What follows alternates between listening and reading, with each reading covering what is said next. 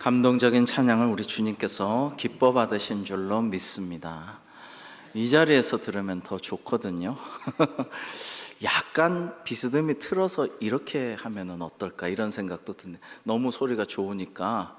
그런데 또 보면요, 사실은 기도도 하나님께 드리는 거고 또 찬양도 하나님께 드리는 거죠. 우리가 듣기 좋은 건 부차적이고, 그래서 생각이 많습니다. 그죠? 네, 참 하나님께서 우리 대관교회 찬양 늘 기쁘게 받으시는 줄로 믿습니다. 사랑하는 성도 여러분, 오늘 하나님께서 하늘의 은혜와 성령 충만함을 우리 모두에게 부어주셔서 기쁨과 감사가 넘치는 생활 우리가 다 되기를 주님의 이름으로 축복합니다. 6월은 이제 호국 보훈의 달로서 우리 순국 선열들과 순교자들을 기념하고 감사하는 달이죠.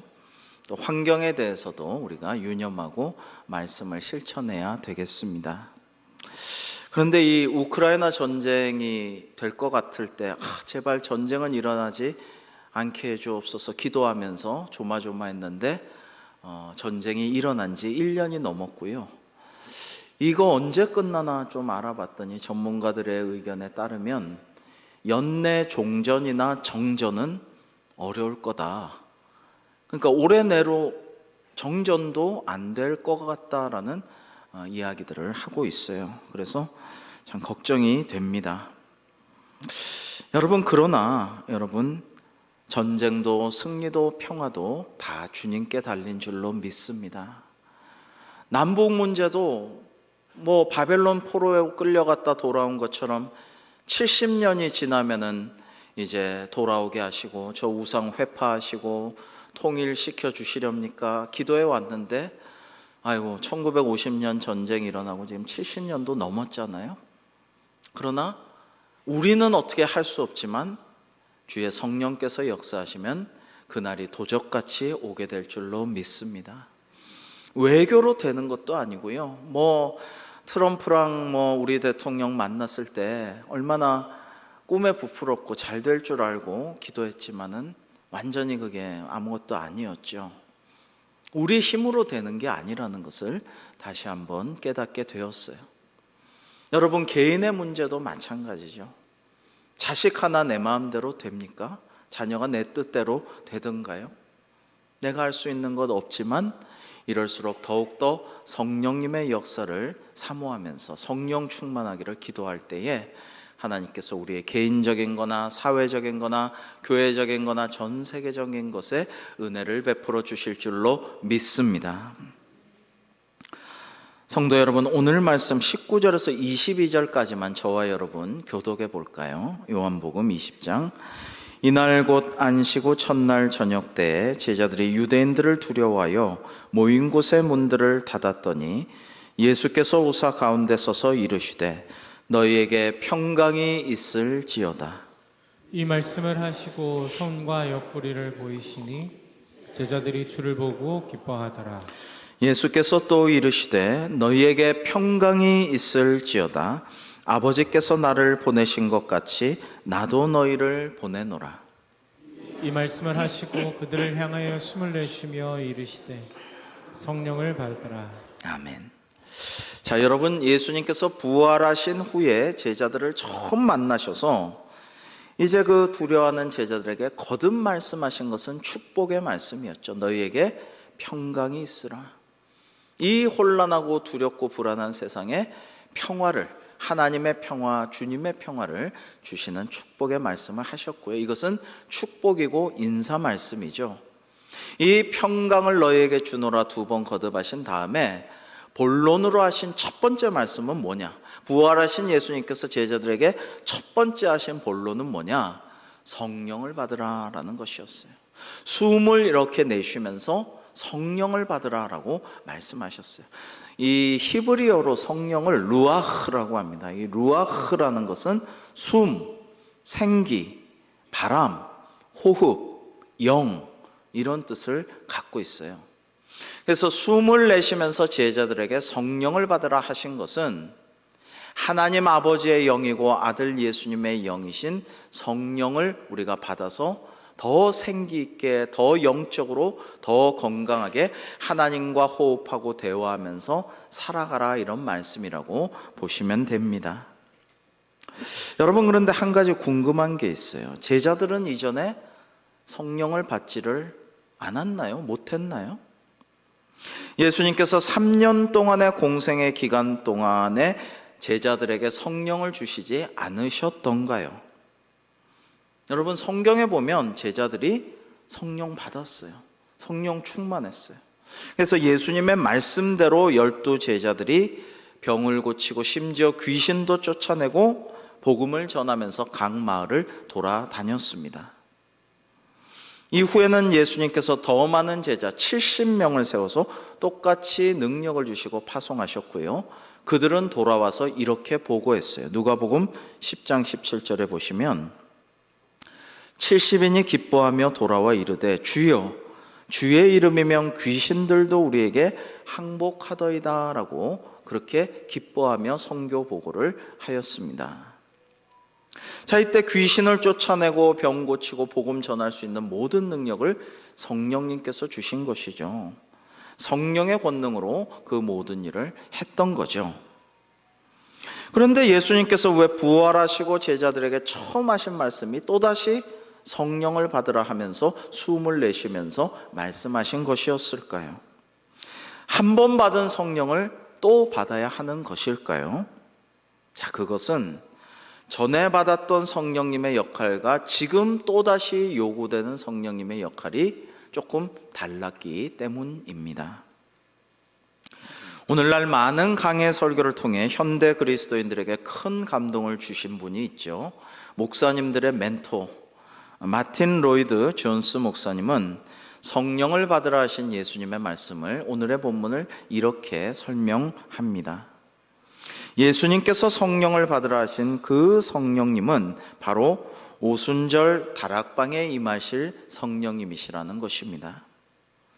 그 전에 임하셨던 제자들에게 임하셔서 능력을 주시고 사용하신 권세 있는 성령님은 같은 성령님이지만은 그때는 우리와 함께 우리와 함께 하시고 동행하시고 친구처럼 함께 하신 성령님이시고, 이제 오순절 마가의 다락방 120명의 문도들에게 기도할 때 임하신 불같이 임하신 그 성령님께서는 뭐냐면은 우리 안에 오셔서 거하시고 내주하시는 within, 우리 안에 거하시는 성령님이시다라는 것입니다.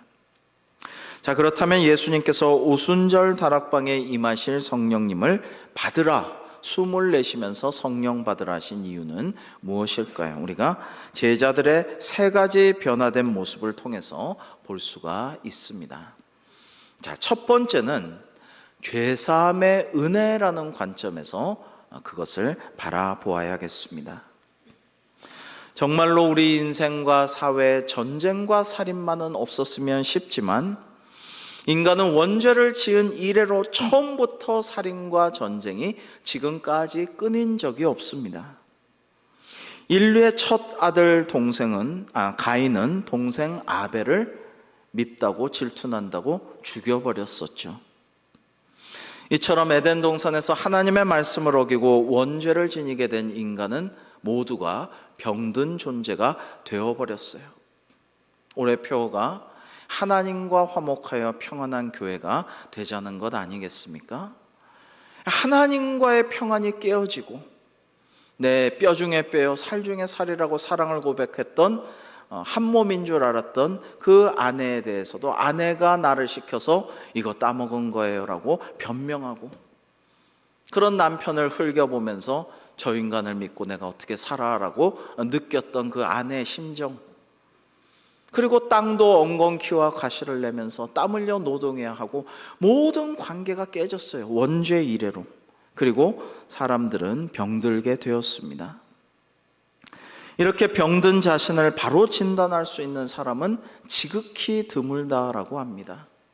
자기를 나는 객관적으로 보는 사람이야 라고 말하지만 자기를 아무도 객관적으로 볼 수가 없는 거예요. 그야말로 내로남불이라는 것은 누구에게나 일어나는 것이고 팔은 안으로 굽는 것이고요. 우리나라 사람들이 조사해 보니까 51%는 자기에 대해서 과대망상증에 젖어 살고 49%는 피해망상증에 시달리며 살아간다라고 합니다. 자기를 필요 이상으로 부풀리면서 잘난 척하고 흐뭇해하는 사람이나 누군가 나에게 해를 끼칠까 봐 전전긍긍하고 불안함과 두려움 속에 사는 사람이나 병들어 있기는 마찬가지이죠. 여러분, 하나님께서는 자기의 재물을 왜 안 받으시냐고 하나님께 화가 나서 울그락불그락했던 가인에게 이렇게 말씀하셨어요. 근데 저는 이게 우리 모두에게 주시는 말씀이란 생각을 해요. 창세기 4장 7절 말씀 우리 같이 한번 읽어볼까요? 시작. 네가 선을 행하면 어찌 낯을 들지 못하겠느냐. 선을 행하지 아니하면 죄가 문에 엎드려 있느니라. 죄가 너를 원하나 너는 죄를 다스릴지니라. 아멘. 여러분, 분명히 성경에 뭔지는 안 나타나 있지만, 디테일은 없지만 가인이 선을 행하지 않고 깨끗하고 정말 온전한 예물을 주님께 바치지 못했으므로 아벨은 받으셨지만 가인의 제물은 안 받으신 거예요. 그게 뭐 고기와 농산물이 뭐 어쩌고 뭐 그건 아니거든요. 분명히 성경에 나와 있어요. 선을 행하지 못했기 때문에 그 깨끗지 못한 예물을 받지 아니하신 거고요. 선을 행하지 아니하면 죄가 문 앞에 엎드려 있다라는 거예요. 우리가 경건하게 은혜롭게 예배를 드렸어도 교회 문만 딱 나서면, 집 문만 딱 나서면 죄가 딱 대기하고 있다가 탁 나를 환영한다고 붙잡고 내 손을 이끌고 어떤 죄된 길로 이끌어갈 수도 있다라는 거예요. 죄는 우리를 늘 원해요. 갈망해요. 우리를 끌고 가고 죄악된 길로 유혹하려고 합니다. 그러나 하나님께서는 그러나 너는 죄를 다스릴지니라 라고 말씀하십니다. 문제는 죄는 우리를 원하고 늘 우리를 유혹하고 시험에 들게 하고 나쁜 데로 끌고 가려고 하지만 우리가 그것을 능히 다스릴 수 있는 능력이 거의 없어요. 사도 바울조차도 아이고 나는 죄인의 괴수였다라고 고백하지 않습니까? 죄를 다스리려는 길은 참 힘듭니다. 우리를 우는 사자처럼 집어삼키려는 사탄 마귀를 말씀으로 물리치는 건 역시 쉬운 일이 아닙니다. 그래서 예수님께서도 이런 말씀을 하셨습니다.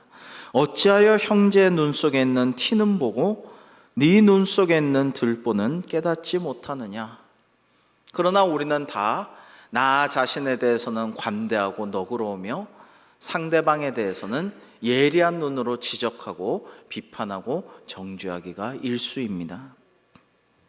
그런 우리에게 하나님께서는 또 예수님께서는 십자가에 달리시면서까지 죽는 그 순간까지 이렇게 말씀하셨죠. 아버지, 저들을 사하여 주옵소서. 자기들이 하는 것을 알지 못함이니이다 라고 긍휼의 눈으로 우리를 바라보시며 우리를 위해 중보기도를 돌아가시는 순간까지 하셨어요. 여러분, 그러니까 생각해 보면 내가 나 자신을 자력으로 구원할 수 있는 길은 없는 것입니다. 내가 나 자신을 객관적으로 파악하고 바라보고 진단하고 다 그게 불가능하고요. 내 죄를 다스리고 내 욕망과 정욕을 다 없애버리고 경건하게만 사는 것도 안 되는 일입니다. 그러니까 우리는 뭘 해야 돼요? 성령의 도우심을 기도하고 사모하고 간구해서 성령님의 능력으로 죄와 사탄 마귀를 물리칠 수 있는 줄로 믿습니다. 우리 힘으로는 안 되는 거예요. 예수님께서 보내주신 성령을 받을 때에 첫째로 우리는 죄사함의 은혜를 얻게 되고요. 그리고 제자된 우리도 이웃에게 또 가족에게 남들에게 죄사함의 은혜를 전하고 선포하고 믿게 해서 죄를 사할 수가 있는 거예요. 요즘 우리 교회에서 가족 전도가 많이 일어나고 있어서 참 감사합니다. 신랑이 신부를, 며느리가 시어머니를, 아들이 아버지를, 엄마가 아들을 전도하는 일들이 일어나고요. 우리 교회 많은 전도가 일어나는데 수평 이동이 일어나기보다는 안 믿는 분들을 전도하는 일들이 많아서 참 감사하고 은혜롭다 생각을 하고 있습니다. 여러분, 우리가 정말 존귀한 하나님의 자녀요, 제자요, 사도입니다.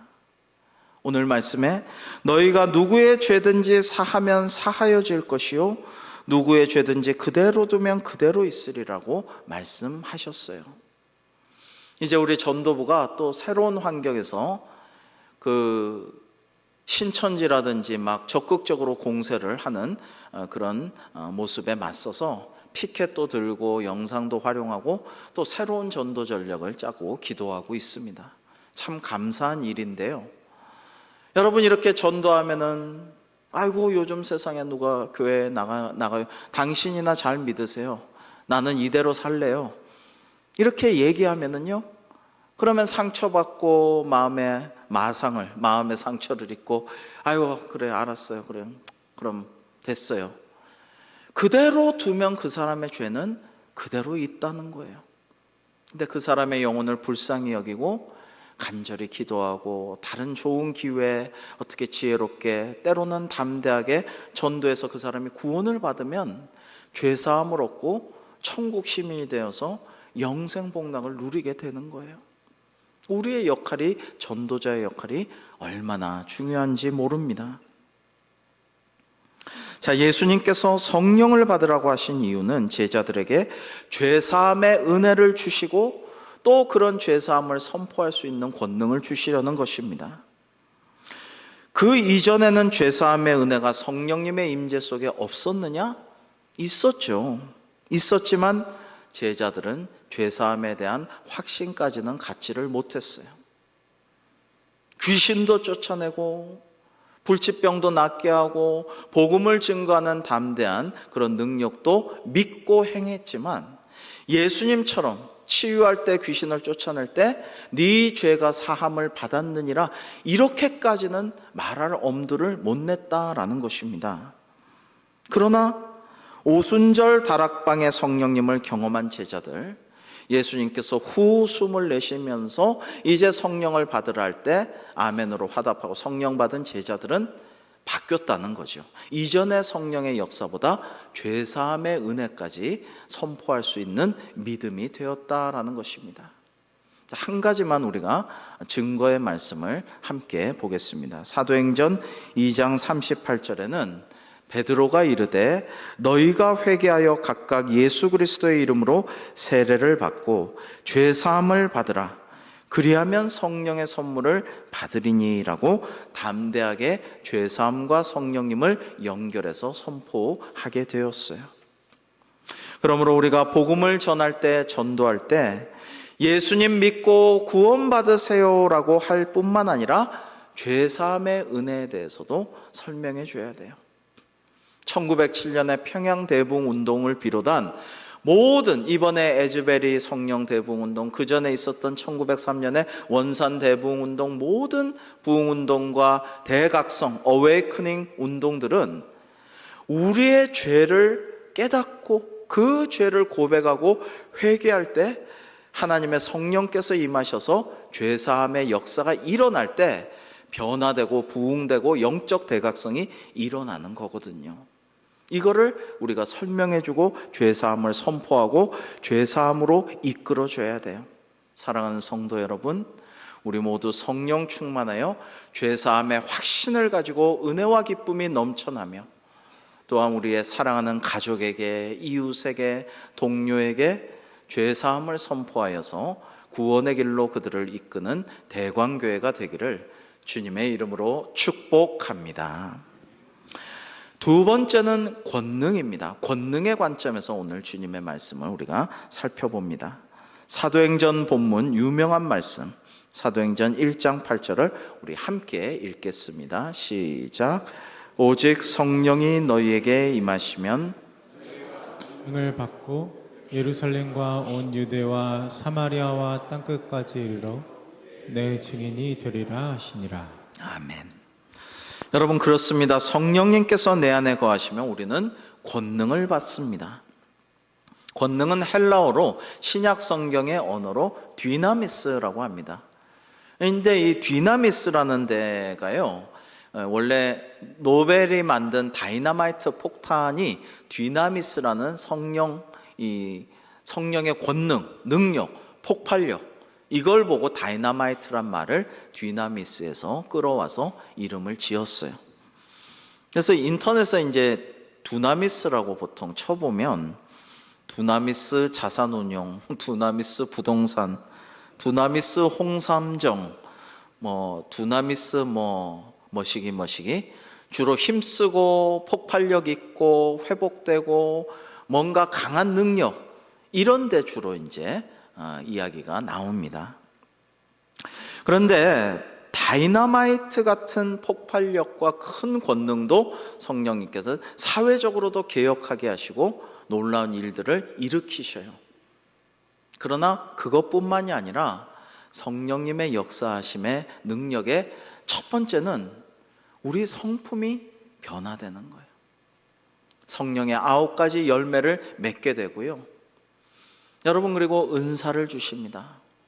어떤 은사는 폭발적인 은사도 있지만 어떤 은사는 눈에 보이지도 않게 조용하게 사람들을 살리고 고치고 교화시키고 은혜로 인도하는 그런 은사도 있는 것입니다. 아침에 일부 예배 드리고 어느 분이 이제 기도해 주세요. 그래서 함께 기도했는데 참 은혜로운 시간이었어요.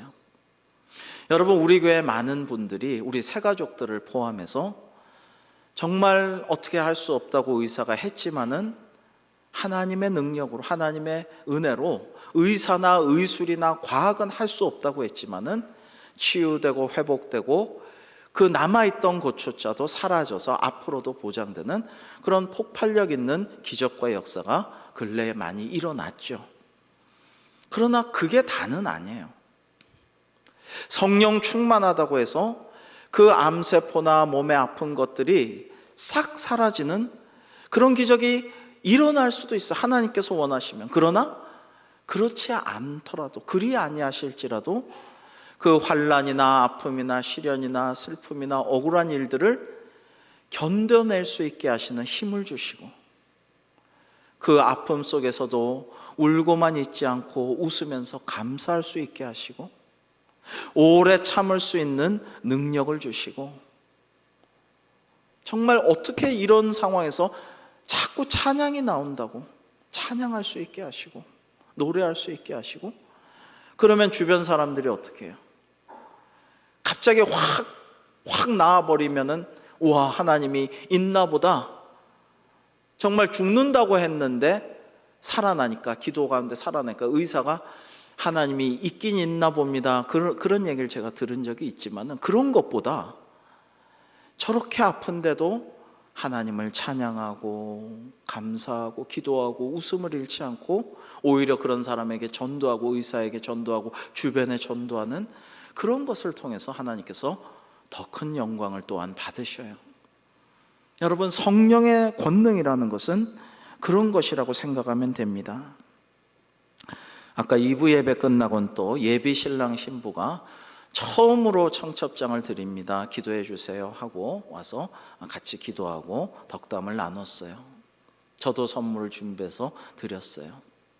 근데 이런 이야기를 했어요. 결혼이라는 건요, 딱 하면 끝이잖아요. 그 사람과 나는 부부예요. 쭉 가는 거예요. 죽음이 우리를 갈라놓을 때까지. 성령 세례는 그런 거예요. 저와 여러분, 우리 모두는 지금 성령 세례를 받은 거예요.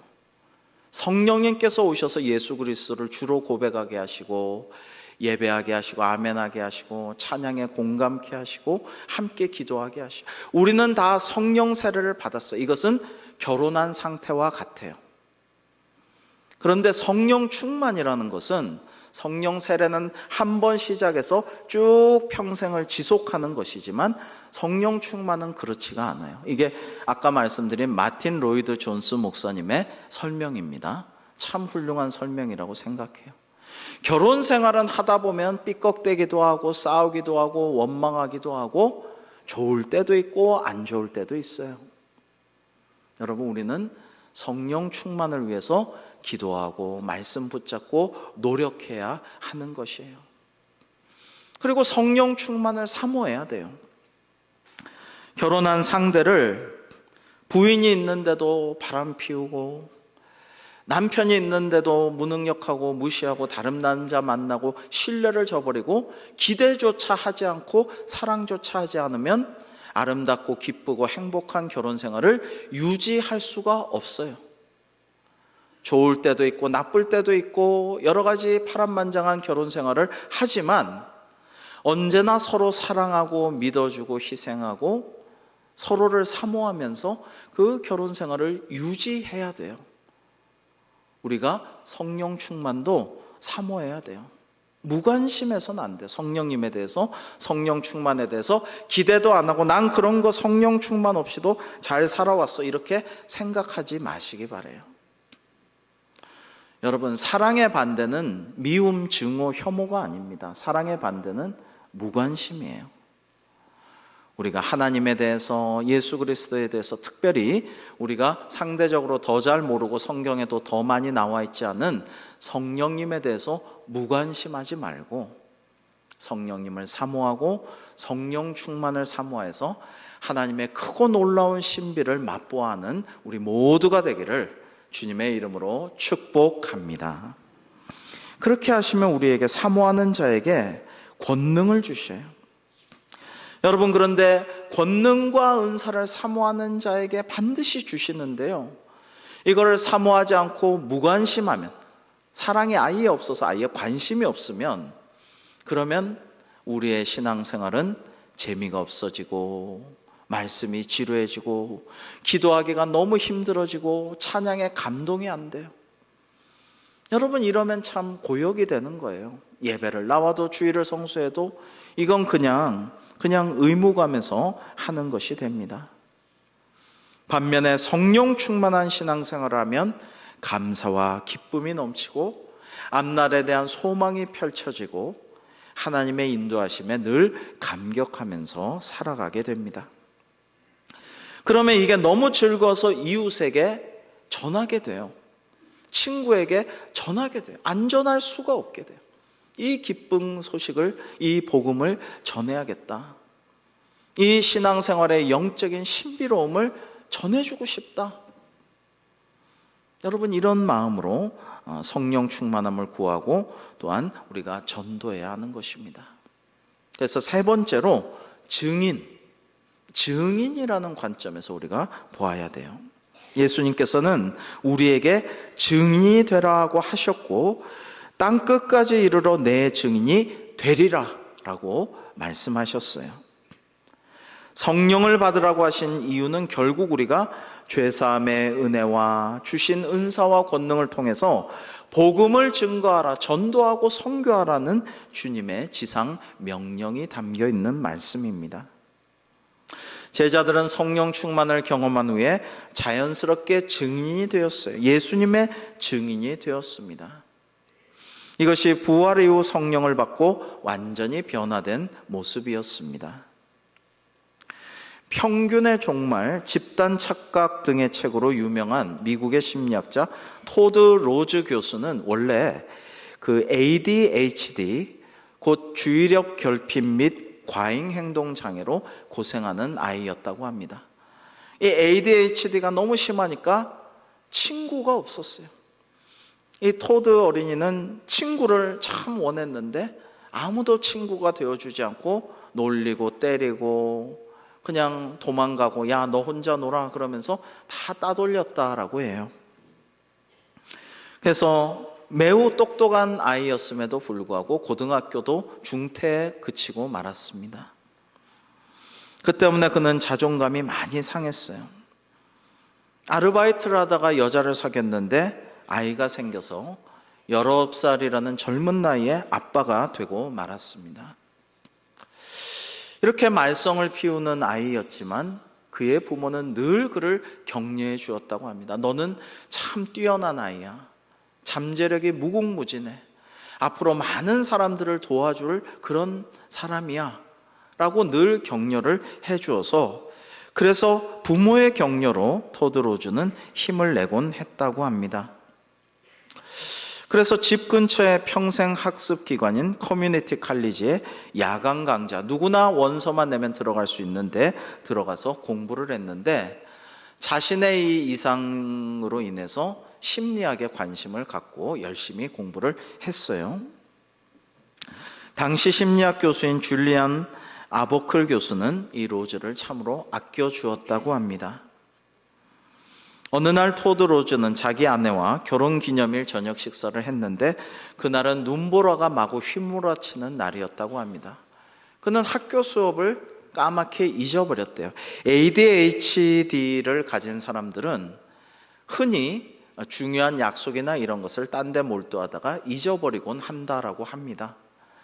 근데 하나님께서, 성령께서 가끔 우리에게 선한 일을 위해서 예감을 주시잖아요. 그리고 이렇게 행동해야 된다라는 마음을 주실 때가 있잖아요.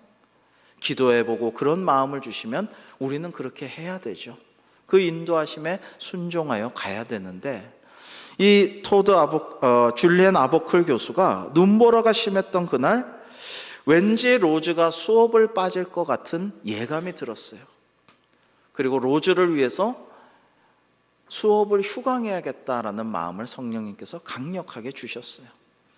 그래서 전격적으로 연락을 막 해서 오늘 휴강이다 이렇게 했습니다. 이 로즈는 나중에 이 사실을 알고 자기 한 사람을 위해서 휴강도 하고, 평소에도 나는 친구는 없지만 나를 끝까지 믿어주고 지지하고 앞으로 잘해낼 거라고 격려해주는 우리 아버클 교수님이 있구나라는 생각에, 나도 공부를 열심히 해서 많은 사람을 도와주는 저런 훌륭한 선생님이 되고 싶다라는 꿈을 키워갔다고 합니다. 그래서 그는 모든 과목 올 A를 받아서 우수한 성적으로 졸업했고, 이러한 실력을 바탕으로 해서 하버드 대학원에 진학하여서 오늘날 유명한 심리학자 교수가 되어서 많은 사람들에게 도움을 주고 있다라고 합니다. 여러분, 토드 로즈가 줄리안 아보클 교수를 만나지 않았다면 그의 인생은 어떻게 되었을까를 많은 사람들이 이야기하고 있습니다. 마치 헬렌 켈러가 설리번 선생님을 만났기 때문에 위대한 사람이 된 것과 마찬가지죠. 여러분, 저와 여러분은 모두 그러한 선생님, 그러한 멘토, 그러한 참된 친구가 다 있어요. 함석헌 선생님이 한 사람을 가졌는가라는 시가 참 유명하고 아름답죠. 근데 그 시를 가끔 생각하면 저에게는 그 한 사람이 있습니다. 바로 예수님이십니다라는 마음의 응답이 떠오르곤 합니다. 여러분, 인류 역사 전체가 예수님께서 나신 전과 후로 나뉩니다. 그래서 인류의 역사는 기원전, before Christ, 그리스도 이전과 기원 후, 아노 도미니, 라틴어로 주님 이후라는 뜻인데요. 이 두 개로 나뉘어요. 처음엔 영어고 두 번째는 라틴어니까 좀 복잡한데, 원래 라틴어로 쓰다가 영어가 덧붙여져서 이렇게 된 건데요. 하여튼 우리는 주님을 만난 이전과 이후, 성령님을 만난 성령 세례를 받은 그 이후와 그 이전은 여러분 우리가 다 알지 못해도 확실히 다른 거예요. 사랑하는 성도 여러분, 이런 말이 있습니다. 그리스도의 제자란 곧 증인이요, 증인은 곧 제자다.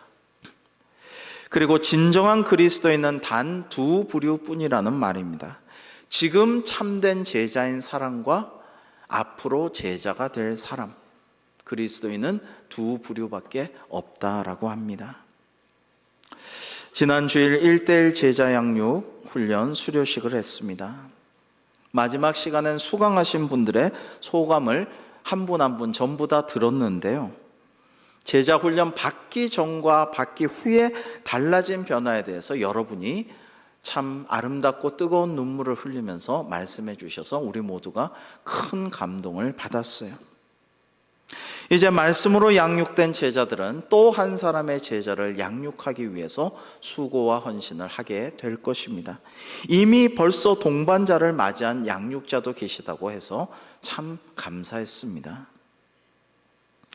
사랑하는 성도 여러분, 우리 교회는 어려운 때이지만 바른 길로 하나님께서 주의 성령님께서 인도해 주신다라고 느끼며 참 감사하고 있습니다. 믿지 않는 분들의 전도에 더 힘을 쓰고 있고 가족 전도에 힘을 쓰고 있습니다. 저는 요즘에 그 신랑 신부가 서로를 위해서 축복하고 교회로 인도해 오는 모습들을 보면서 얼마나 고맙고 참 감사한지 몰라요. 올해도 새 가족분들이 잘 정착하고 계셔서 참으로 감사하고요. 자칫 소외되거나 불만스러워하기 쉬운 30+ 세대나 청년들도 은혜롭게 찬양하고 기도하며 밤늦게 큐티 나눔을 하며 지금 잘 성장하고 있어서 또한 감사하고 우리 교회의 미래가 밝습니다. 여러분, 이렇게 주님의 제자들이 탄생하고 또 이어지는 것이 교회입니다. 사랑하는 성도 여러분, 우리 모두 성령 세례는 받았습니다. 계속해서 성령의 충만함을 사모하시기를 바랍니다.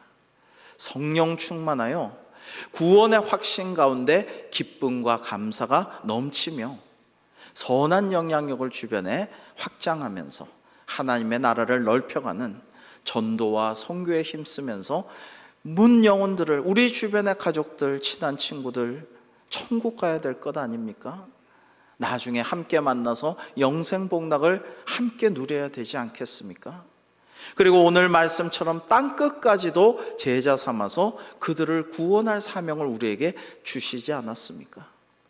성령 충만하여 주님의 지상명령을 감당하고 하나님께 영광 돌리고 우리에겐 큰 하늘의 상급을 받아 누리는 우리 대광교회가 되기를 주님의 이름으로 축복합니다.